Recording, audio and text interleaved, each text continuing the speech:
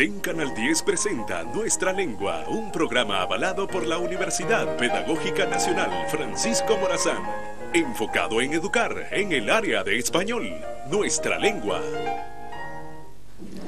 Bienvenidos a Nuestra Lengua, un programa educativo y cultural para enriquecer nuestro idioma. Les saluda Manuel Ayes desde el CAI en la Biblioteca Infantil Juan Antonio Medina Durón, saludándolos de nuevo y agradeciendo su fidelidad. El día de hoy, en su casa, Nuestra Lengua, tendremos en el taller de la palabra una continuación acerca de la biblioteca de Tejeras, una conversación con los niños del teatro, de mímica, de los títeres, y una conversación también con el niño del bolsito lector, que todo esto se comprende dentro del proyecto de Fomentando la Lectura en los Niños y Niñas del Empira. No se lo pierdan. También en Novedades del Español traemos dos nuevas palabras para ustedes. La profesora Litza Solís tendrá hoy conspirar e inspirar, palabras cotidianas, pero vamos a conocer cuál es su origen etimológico y así su historia para adentrarnos profundamente en el idioma y ampliar nuestro universo. En Café Literario, la profesora Brenda Herrera estará junto a la estudiante Karen Liliana Mejía, hablándonos de Ana Karenina de León Tolstoy, uno de los más grandes clásicos de la literatura universal, una novela obligatoria para todo lector. Una novela que se disfruta desde la primera línea, donde nos hablan de los infortunios que todos vivimos, distintos siempre, a diferencia de las felicidades. Y en Salgamos de Dudas, la profesora Gelsi Milla y la estudiante Cecia Espinal nos darán las respuestas a todas esas preguntas que a lo largo de la semana han recogido en el Facebook y en nuestro correo que aparecen en pantalla. Los incito a que nos sigan escribiendo comentarios, sugerencias, observaciones. Nosotros estamos pendientes siempre y no se pierdan la adivinanza. Alguien hoy se ganará un libro. Esperemos que sea usted. Vamos a ver a continuación cuáles son esas palabras que nos tienen para el día de hoy. A menudo los hablantes nos enfrentamos ante dudas y vacilaciones cuando intentamos utilizar de forma correcta la lengua. Para estas preguntas se ha creado su segmento Salgamos de Dudas, en donde la profesora Gelsi Milla y yo estaremos dando respuesta a todas sus preguntas respecto a la lengua. Sean bienvenidos a este tan esperado segmento del programa Nuestra Lengua, que le permite resolver todas esas inquietudes que usted tiene respecto a diferentes campos de la lingüística. En esta ocasión, como siempre, estaremos resolviendo cada una de esas interrogantes. ¿Cuál es esa primera pregunta que tenemos para el día de hoy, Ceci? La primera pregunta a la que daremos respuesta es: ¿cuál es la forma correcta? ¿Demeritar o desmeritar? También tenemos la pregunta: ¿cuál es la diferencia entre antisocial y asocial? También terminaremos el segmento respondiendo ¿qué significa la palabra inmiscuirse? Y en Juguemos con las Letras, un nuevo acertijo que usted debe resolver este día. Y este es el siguiente: un prisionero está encerrado en una celda que tiene dos puertas. Uno conduce a cadena perpetua y la otra a la libertad. Cada puerta está custodiada por un vigilante. El prisionero sabe que uno de ellos siempre dice la verdad y el otro siempre miente. Para elegir la puerta por la que pasará, solo puede hacer una pregunta a uno de los vigilantes. ¿Cómo puede salvarse entonces el prisionero? En la respuesta al acertijo usted puede comentar esa pregunta que el prisionero puede hacer a cualquiera de los vigilantes, con solo una pregunta y pensando siempre en que la pregunta tenga lógica para que él se pueda salvar y que no pueda quedar en cadena perpetua. Así es, búsquenos en nuestra página de Facebook, Nuestra Lengua TV Letras, y comente la publicación que está en este momento para poder ganarse este libro que tenemos en nuestras manos y es de Historia de la Literatura Latinoamericana.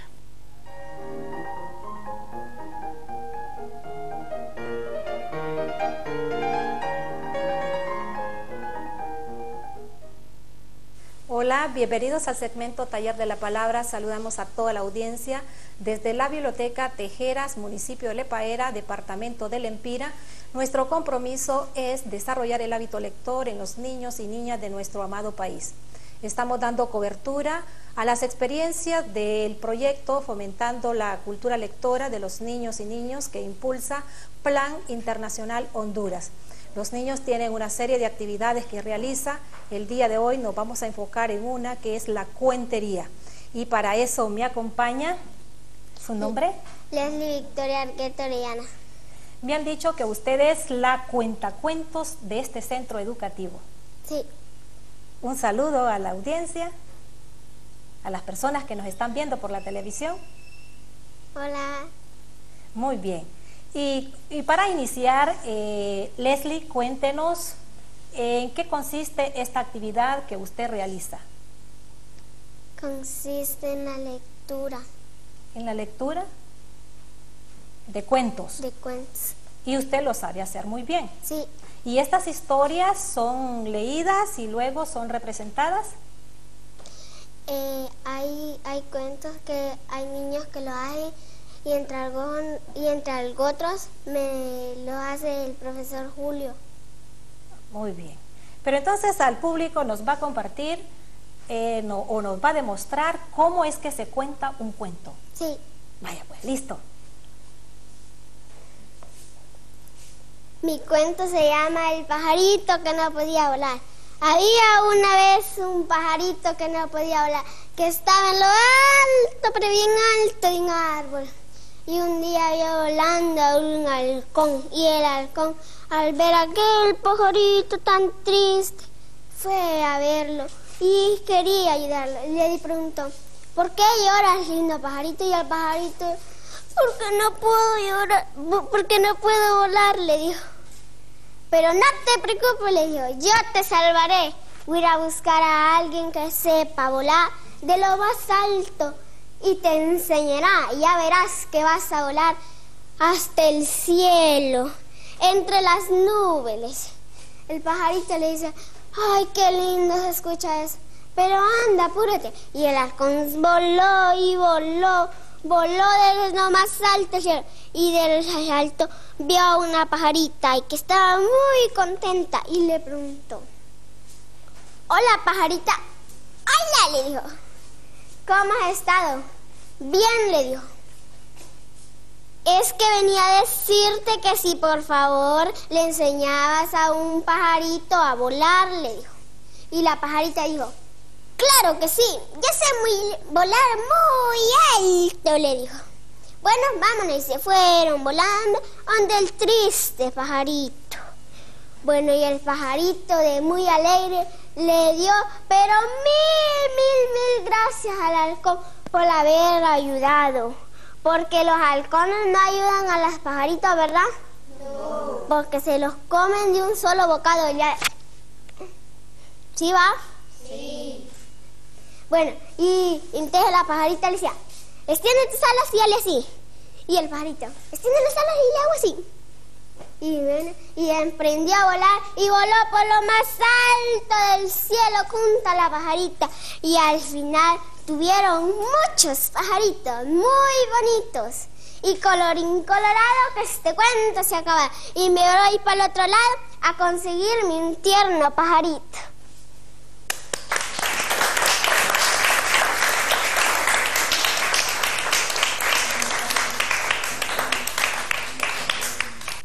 Me acompaña Yusmari, usuaria de la biblioteca Tejeras, aquí en el municipio de Lepaera, para que nos cuente cómo tienen organizada esta biblioteca. Cuéntenos. Bueno, nuestra biblioteca funciona para el ordenamiento de libros, funciona con figuras geométricas y ustedes ven, aquí hay un triángulo con el que hay arriba y esto significa que aquí tenemos que poner este libro en el orden.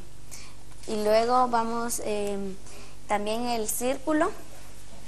Este triángulo pertenece al tercer ciclo, que es séptimo, octavo y noveno. Tenemos el círculo que pertenece a primero, segundo y tercero. Este es el primer ciclo. Hay un círculo que pertenece, lo mismo que les decía antes, que este libro tiene que ir acá. Y bueno, este es el de primero y segundo y tercero. Este es el del tercer ciclo. Este es el de la comunidad, perdón. Y estos libros los puede leer la comunidad, también nosotros. Y esto significa que aquí van a ir los libros en el mismo orden que aquí. Y entonces vamos con el segundo ciclo, que es el cuadro.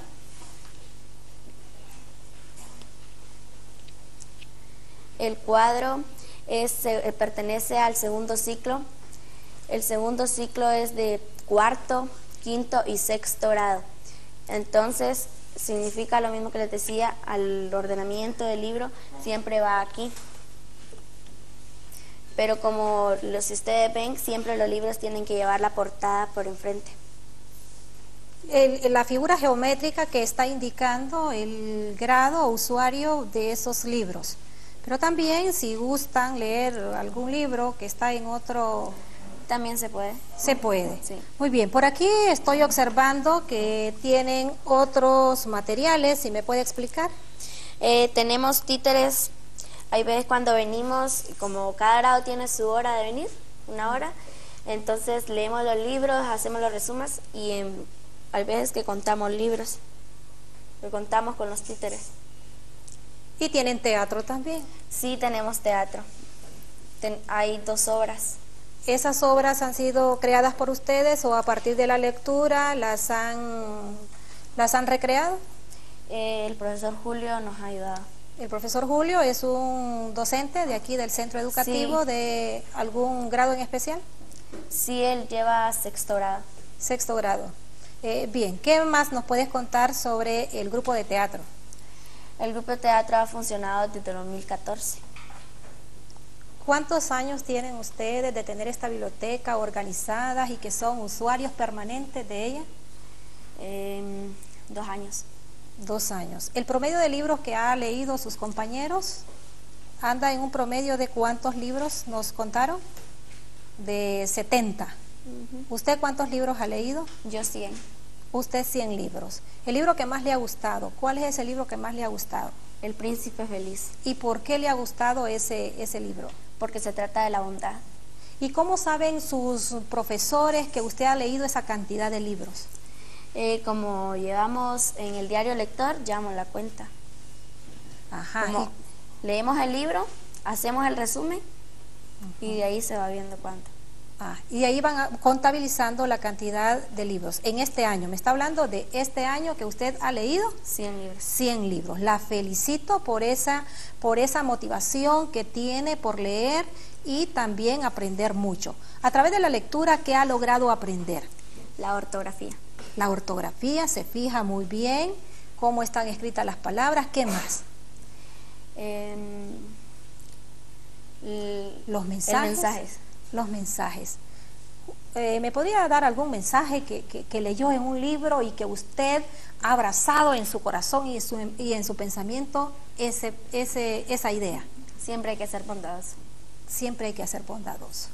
Agradecemos a Lixi por darnos esta presentación y contarnos cómo es que está organizada la biblioteca y también que es visitada continuamente por todos los estudiantes de este centro educativo.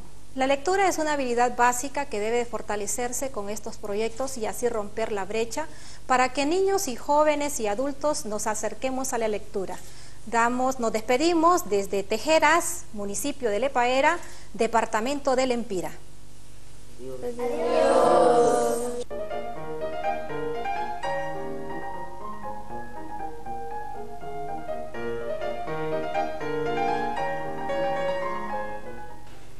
Hola estimados amigos, siempre es un gusto para nosotros encontrarnos con ustedes en este espacio donde hablamos nuestra lengua.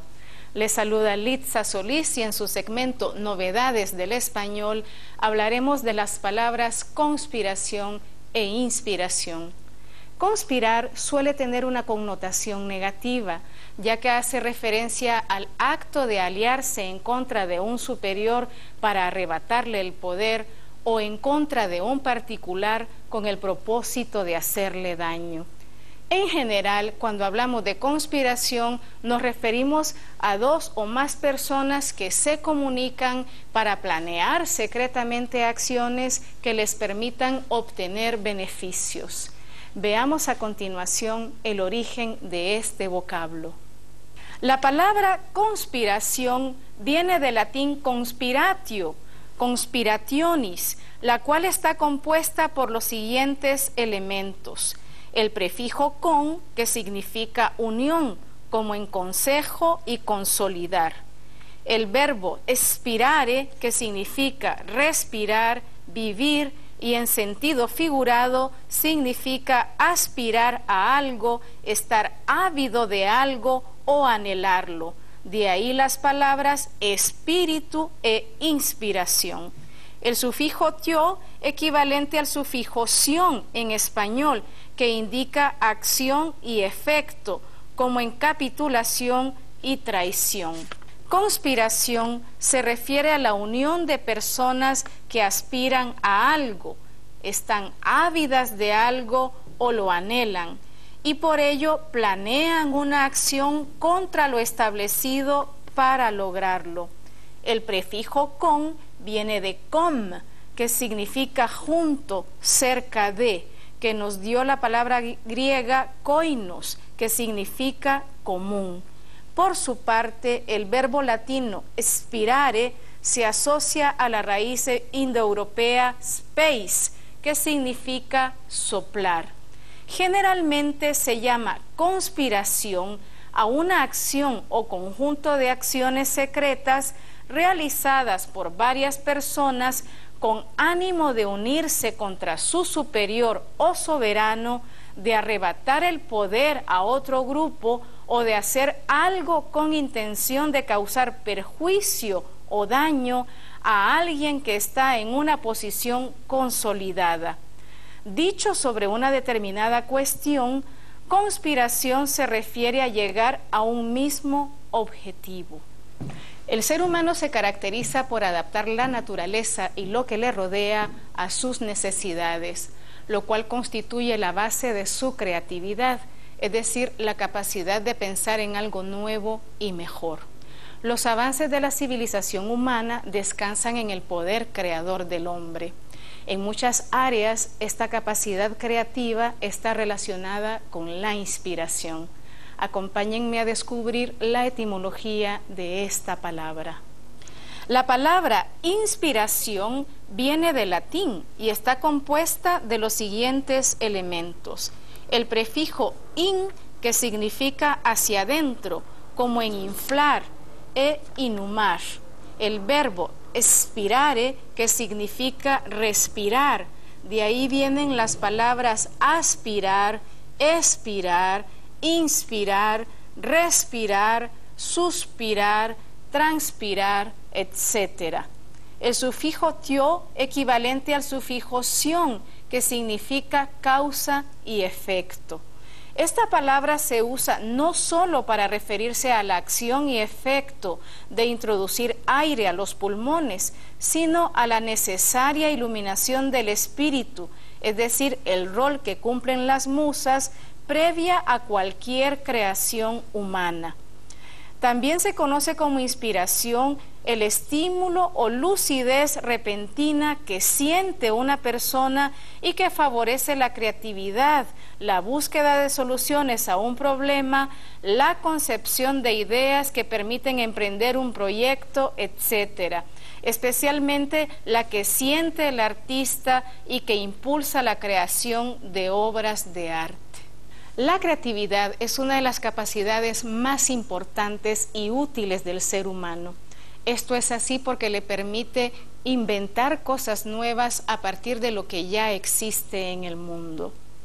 Sería ideal que los seres humanos practicáramos la conspiración creativa, es decir, innovar juntos con temas positivos para crecer en distintas áreas de la vida. Muchas gracias por sus comentarios y sugerencias temáticas para este segmento. Sigan escribiéndonos a la dirección de correo electrónico que aparece en sus pantallas o a nuestra página de Facebook. Soy Litza Solís y los espero en una próxima emisión con más novedades del español. Hasta pronto.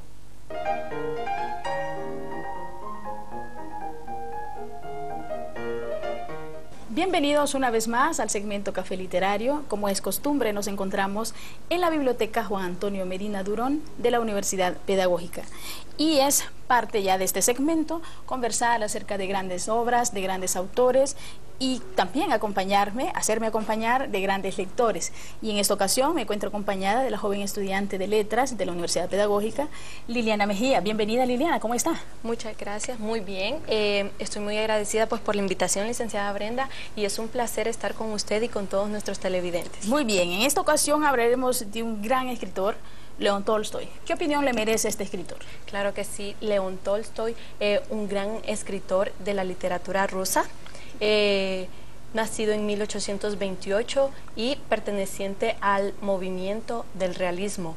Una de las obras que es conocida a nivel universal y una de mis favoritas en principal es la obra Ana Karenina de este gran literato. Sí, León Tolstoy es uno de los máximos representantes del realismo ruso, como usted lo menciona, y a mí me encanta también Ana Karenina. Para mí es su obra, la obra que más me gusta. A mí me encanta siempre hacer una broma a mis estudiantes y les llevo los libros así.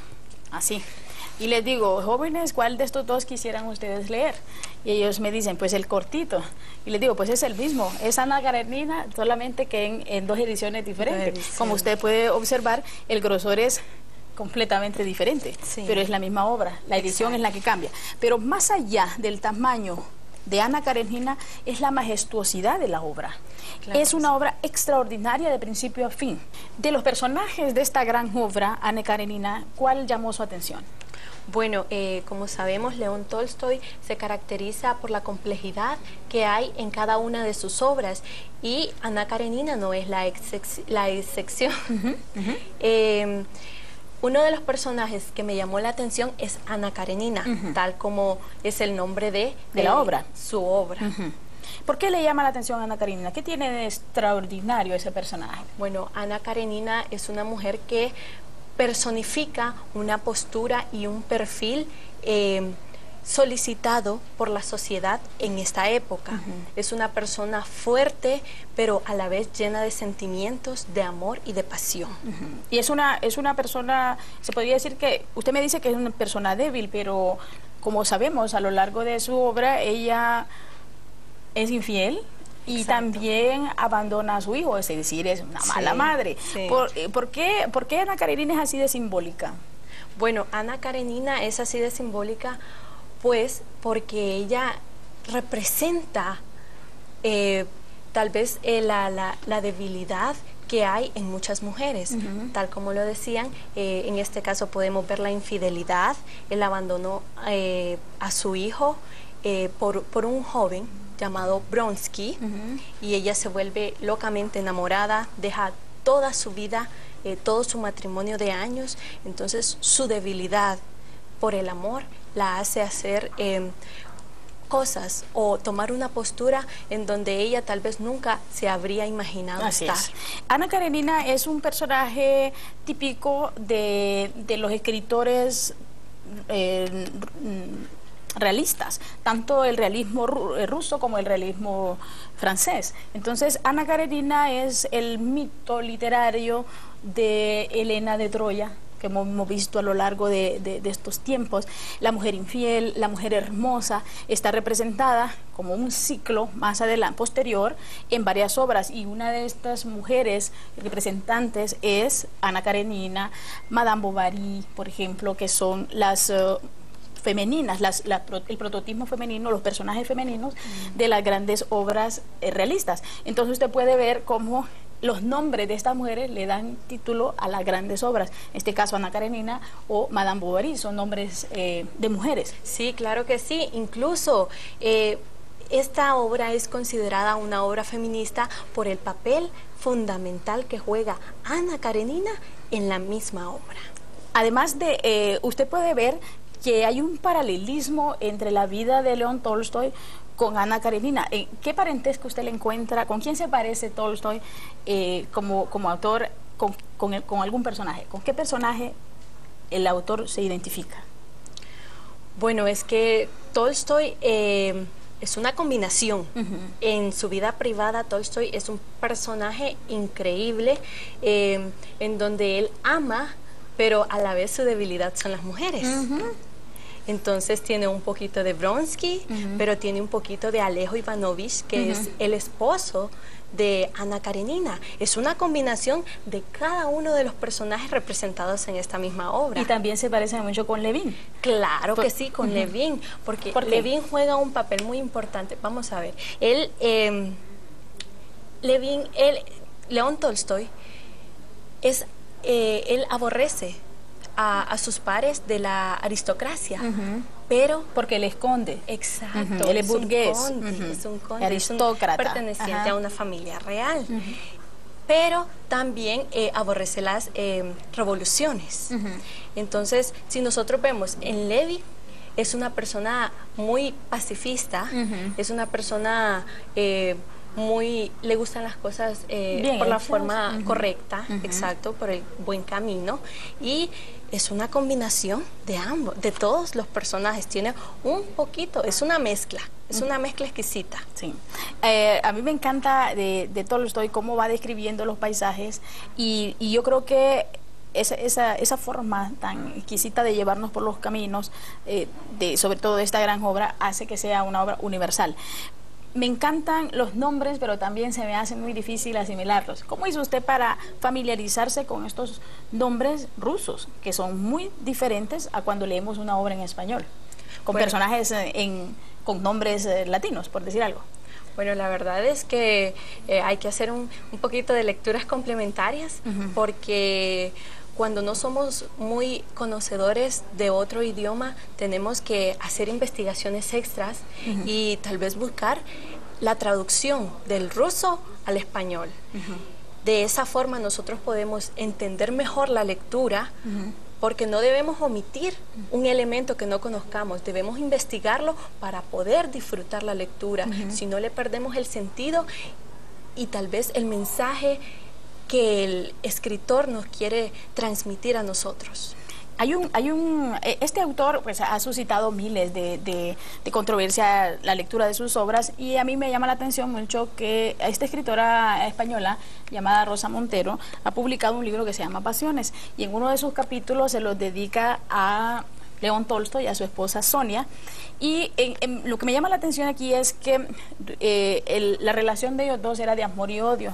Es típico de los escritores, tienen demasiadas emociones intensas, y debe ser muy difícil convivir con una personalidad tan extravagante, podríamos decirlo, como este escritor. Y me llama mucho la atención que en esta biografía que escribe Rosa Montero hace una analogía entre Ana Karenina y su vida personal. Entonces se parece mucho Ana Karenina, la obra, con la vida del escritor. Sí, sí se parece. León Tolstoy tiene un carácter muy complejo. Él ama, pero también odia a las mujeres. Incluso si nosotros vemos su obra, Ana Karenina, él ama a Ana Karenina en este papel. En esta obra, el papel de Ana es una mujer bella, hermosa, pero en realidad la vida sí está muy asemejada a la de León Tolstoy. Sí. León Tolstoy incluso escribía las cosas buenas y las cosas malas durante sus primeros 18 años de matrimonio, que fueron los más hermosos para él, y fue durante ellos que escribió Ana Karenina y otras obras, ¿verdad? Los cosacos, etcétera. A nuestra audiencia lo invito a leer la gran obra de Tolstoy, Ana Karenina. Es un libro magnífico, extraordinario. Está considerado una lectura obligatoria, no solamente para quienes están estudiando letras, sino también para todo aquel que quiera acercarse a la cultura rusa y ver la evolución de este magnífico pueblo.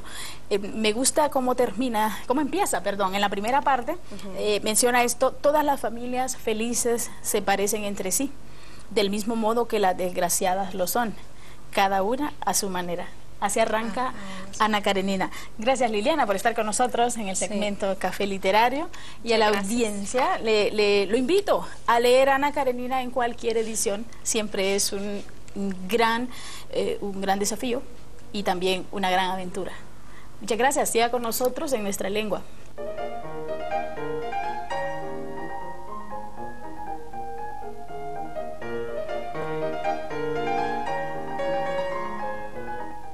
Gracias por continuar al pendiente de tan esperadas respuestas a las preguntas que usted nos envía durante la semana. Recuerde que a partir de este momento puede ingresar a nuestra página de Facebook, búsquenos como Nuestra Lengua y comente la respuesta al acertijo del día. Recuerde que solamente es una pregunta la que usted debe formular, de modo que el prisionero pueda librarse de cadena perpetua. Así es, profesora, vamos a arrancar con esas esperadas respuestas, como usted mencionó, a las preguntas que ustedes nos han enviado, a las cuales lo agradecemos muchísimo, porque siempre esperan que nosotros le podamos resolver y aclarar todas esas dudas que ustedes tienen para poder utilizar de una mejor forma la lengua. La primera pregunta es, ¿cuál es la forma correcta, profesora? ¿Desmeritar o demeritar? Cecia, respecto a estos dos términos no hay ningún problema, podemos utilizar demeritar o desmeritar en la lengua oral y escrita porque ambas hacen referencia a lo mismo y es quitar mérito o empañar a algo o a alguien. Se pueden utilizar de forma indistinta sin ningún problema. Así es, profesora, y si vemos la palabra es compuesta porque tiene el prefijo des o de, que significa privar de algo, quitar. Por ejemplo, tenemos la palabra decapitar. ¿Qué significa, profesora? Quitar mérito o empañar a algo o a alguien. Por ejemplo, decapitar tiene el significado de quitar la cabeza. Entonces, esto mismo sucede con la palabra demeritar o desmeritar. Y para eso tenemos unos ejemplos para ustedes que los pueden leer conmigo en sus pantallas. Y estos son: Pedro demeritó a Sara tras revelar su secreto y desmeritó el justo triunfo de Jaime. Bien, profesora, siempre cuando nosotros tengamos dudas respecto al significado de una palabra, miremos si esta está compuesta por prefijos o sufijos y hay que buscar el significado de estos prefijos y sufijos para poder saber el significado correcto de cada palabra. Vamos a continuar con la segunda pregunta y esta es: ¿cuál es la diferencia entre antisocial y asocial? Generalmente el término que más utilizamos es la palabra antisocial porque desconocemos que también existe la palabra asocial y que su significado es completamente diferente al de antisocial. Cuando nosotros utilizamos la palabra asocial nos estamos refiriendo a toda persona que no se involucra en ninguna actividad o en ningún grupo y que prefiere realizar todas las actividades en solitario. Son personas por lo general muy tímidas que no son capaces de mantener una conversación, pero algo positivo de las personas asociales es que viven y dejan vivir a otros. Son personas muy pacíficas. ¿Y la palabra antisocial, en qué se diferencia de social? La palabra antisocial lo aplicamos a todas aquellas personas que no respetan el orden, las reglas establecidas para poder vivir en sociedad. Un sinónimo que define a las personas antisociales es rebelde. Rebelde a la convivencia humana y al orden social. Y la palabra antisocial nosotros sabemos que se puede aplicar a la sociedad del momento porque hay personas que no les gusta respetar las normas y el orden y violan continuamente los derechos de las demás personas. Así como en la pregunta anterior, desmeritar y demeritar, como les mencioné, es una palabra compuesta porque se le agrega un prefijo. Asimismo sucede con las dos palabras antisocial y asocial. El prefijo a significa negación, privación, carencia, que es amorfo o que es anormal. Por ejemplo, la palabra afónico significa que no tiene voz. La palabra asimétrico, que no tiene una simetría. En cambio, el prefijo anti tiene mucho que ver con el prefijo a, pero este significa que es opuesto o que lucha contra algo. Tenemos la palabra antisemita, antibacterial, como usted mencionaba anteriormente, ¿bien? Entonces, debemos de buscar la definición de estos prefijos para saber qué quiere decir esta palabra. Entonces, en conclusión, podemos decir que una persona antisocial puede representar un daño o una amenaza a los contextos sociales organizados, mientras que las personas asociales no, porque como son personas muy pacíficas, también las personas antisociales son capaces de poder establecer una conversación, aunque lo hagan de manera agresiva y soberbia, y las personas asociales no son capaces de hablar con otras personas, siempre prefieren realizar todas las actividades en solitario y por eso son personas que no tienen vida social. Asimismo, para que ustedes puedan aplicar bien estas dos palabras cuando las emplean en su habla cotidiana, tenemos dos ejemplos que podemos observar en las pantallas y los podemos leer. Estos son: algunas personas demuestran comportamientos antisociales y problemas de adaptación, y Eduardo es un estudiante asocial. Como usted mencionaba, significa que Eduardo prefiere hacer su trabajo solo, sino involucrarse con las demás personas en los grupos. Así es. Bien. La tercera y última pregunta que ustedes nos comunicaron por parte de la página es: ¿qué significa inmiscuirse? Inmiscuirse es una acción que realiza toda persona que participa dando sus opiniones, consejos o indicaciones cuando no hay autoridad o razón para ello. Generalmente, no sé si a ustedes les han llamado por ahí metiches o han escuchado la palabra metiche. Pues la palabra metiche es un adjetivo calificativo de origen popular que se aplica a toda aquella persona que se entromete en la vida de los demás, que siempre está al pendiente de la vida de otros y no está al pendiente de las actividades que en realidad le competen, ¿verdad? Que es su vida misma. Exactamente, profesora. En nuestra sociedad es más utilizada la palabra metiche. Por tanto, vamos a leerles un par de ejemplos empleando la palabra inmiscuirse. Y estos son: no me gusta que te inmiscuyas en mis problemas y no te inmiscuyas en nuestra relación. Profesora, estas son las preguntas que nos han comunicado, que como mencionábamos al principio del segmento, les agradecemos mucho por todas esas preguntas, comentarios, sugerencias y por estar tan pendientes del programa Nuestra Lengua. Así es, y para concluir vamos a recordar nuevamente el acertijo que les habíamos planteado inicialmente, y es que se trataba de un prisionero que estaba encerrado en una celda, y la celda tiene dos puertas, que conduce una a la libertad y otra a cadena perpetua. Cada puerta está custodiada por un vigilante. El prisionero sabe que uno de ellos siempre dice la verdad y el otro siempre miente. Para salvarse, el prisionero debe hacer una pregunta. Entonces, ¿cuál es la pregunta, de acuerdo con su opinión, que el prisionero debe hacer para poder salir libre? La pregunta es: si yo le pregunto al otro guardia por qué puerta tengo que salir, ¿qué me respondería? Esa es la pregunta que él debe formular para poder salir libre. ¿Por qué? Imaginémonos que el prisionero está hablando con el guardia que siempre dice la verdad. Si le formula la pregunta, el guardia que siempre dice la verdad le diría: el otro guardia te dirá que la puerta por la que debes salir es, y le dirá que es la puerta falsa.